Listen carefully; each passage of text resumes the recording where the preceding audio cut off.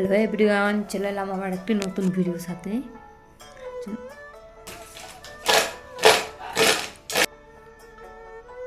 আপনারা দেখেই বুঝতে পারছেন আমি আজকে কী বানাতে চলেছি। আজকে বানাবো দোকানের মতো একদম মুচমুচে চিকেন ফ্রাই। চিকেন ফ্রাইয়ের জন্য দেখুন চিকেনটাকে আমি পিস পিস করে কেটে নিচ্ছি। আমি চৌকো চৌকো পিস কাটবো। এটা ফ্রিজে ছিল চিকেনটা, কালকে এনে ফ্রিজে রেখেছিলাম, ওই জন্য এরকম লাগছে দেখতে। চৌকো চৌকো করে ছোটো ছোটো করে কেটে নিচ্ছি। এটা 250 গ্রাম চিকেন। আমি চিকেনের একদম বোনলেস পিস নিয়েছি। দেখুন একদম চৌকো চৌকো চৌকো করে কেটে নিচ্ছি ছোটো ছোটো করে। আপনারা চাইলে লম্বা লম্বা করে কেটে নিতে পারেন। একটু তো ফ্রিজে ছিল তো চিকেনটা একটু ঠান্ডা, ওই জন্য আমি বারবার হাতটা সরিয়ে নিচ্ছি।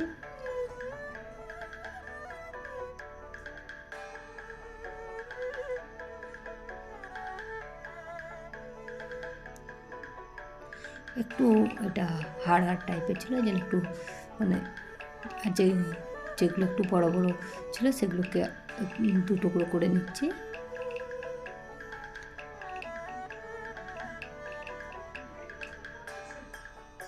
আর চিকেনটাকে আমি এবার একটা বোলেতে নিয়ে নিচ্ছি। দেখুন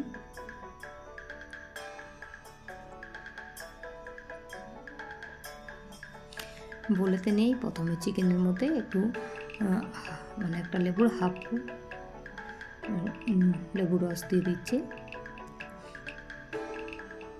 লেবু রস দেওয়ার পরে আমি কিছু গোলমরিচকে মানে ফ্রেশ একদম গোলমরিচ তাকে দেখুন আধ ভাঙা করে নিয়েছি, একদম ক্রাস্ট করে নিয়েছি। এবার গোলমরিচটা দিচ্ছি। গোলমরিচটা দিলে গোলমরিচটা খেতে ভালো লাগে, ভাজার পরেই মুখে যখন একটু একটু করে গোলমরিচটা করে খেতে ভালো লাগে। আর তার সাথে আদা রসুন আর কাঁচা লঙ্কা পেস্ট আমি সিলে বেটে একদম কম জল দিয়ে সিলে বেটে নিয়েছি। আর বেশি পরিমাণে জল দিলে কেমন বলুন তো, এটা একটু মানে জল জল ভাব হয়ে যাবে আর পাতলা হয়ে যাবে ব্যাটারটা প্রচুর পরিমাণে। এই জন্য একদম কম জল দিয়ে বেটে নিয়েছি সিলে। আর এর মধ্যে আমি 3 চামচ কর্নফ্লাওয়ার দিচ্ছি, 3 চামচ, আর একটু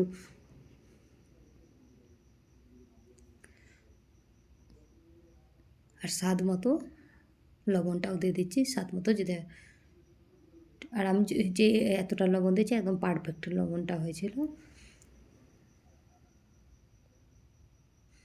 আপনারা আপনাদের টেস্ট অনুযায়ী লবণটা দিয়ে দেবেন। আর এটা আমি কালার আনার জন্য একটু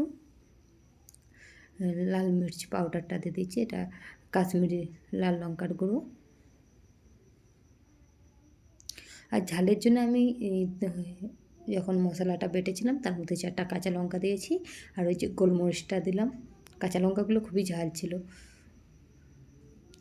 আর তার সাথে আমি একটা ডিম ফাটিয়ে দিচ্ছি।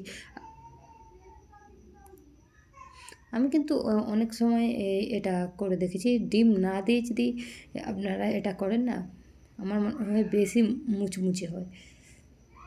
আর একটুটা পারফেক্ট বাইন্ডিংয়ের জন্য 1 চামচ বেসন দিলাম।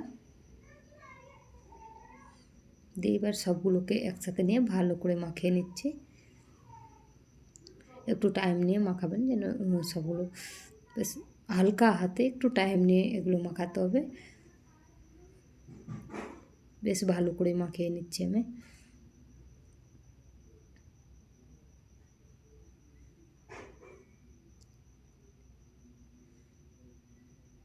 দেখুন একদম হালকা হাতে মাখাচ্ছি, ধীরে ধীরে হালকা হাতে, একটু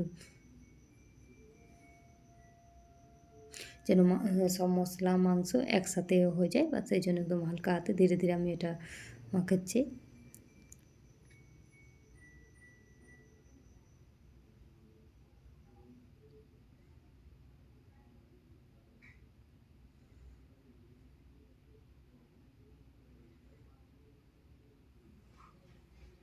চলুন মাখানোটা হয়ে গেছে। আমি কমসে কম 10 মিনিট ধরে মাখিয়েছিলাম। পুরো ভিডিওটা আমি ক্যাপচার করি না, ভিডিওটা ক্যাপচার করতে গেলে ভিডিওটা অনেকটা লং হয়ে যাবে। আমি মানে গ্যাসের চুলায় আগে থেকে কড়াইয়ে তেল দিয়ে তেলটা গরম করতে বসেছিলাম। আর দেখুন একটা একটা করে বেশ চামচে করে একটা করে আমি তেলের মধ্যে ছেড়ে দিচ্ছি মাংসের টুকরোগুলো।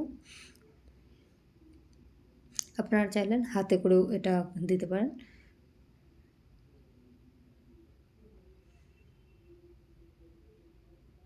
আপনাদেরকে যদি আমার ভিডিওগুলো ভালো লাগে অবশ্যই লাইক কমেন্ট করবেন, আমাকে ফলো করে পাশে থাকুন। আর আমার ইউটিউব চ্যানেলের লিঙ্কটা দেওয়া আছে, লিঙ্কে গিয়ে ট্যাপ করে ইউটিউব চ্যানেলটাকে সাবস্ক্রাইব করে নেবেন।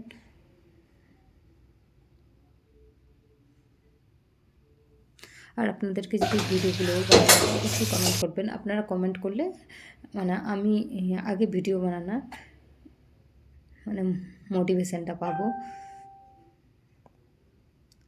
ধরুন ভাজা হয়ে গেছে এগুলো তুলে আমি একটা ডিশে তুলে নিচ্ছি। আর যেটা আছে মানে 250 গ্রাম, তো এটা 250, আর কিছু আছে এগুলো আমি তেলের মধ্যে দিয়ে দিচ্ছি ভাজার জন্য।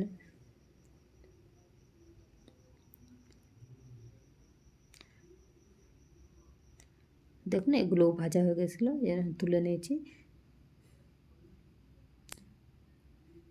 এখন যা রেস্টুরেন্টের অবস্থা, ভাগাড়ের মাংস দিয়ে চিকেন পকোড়া, আবার তো শুনছি মানে কুকুরের মাংস দিয়েও বিরিয়ানি বানাচ্ছে। তার থেকেই ভালো না ঘরে একটু এরকমভাবে বানিয়ে তো নিয়ে যেতেই পারে।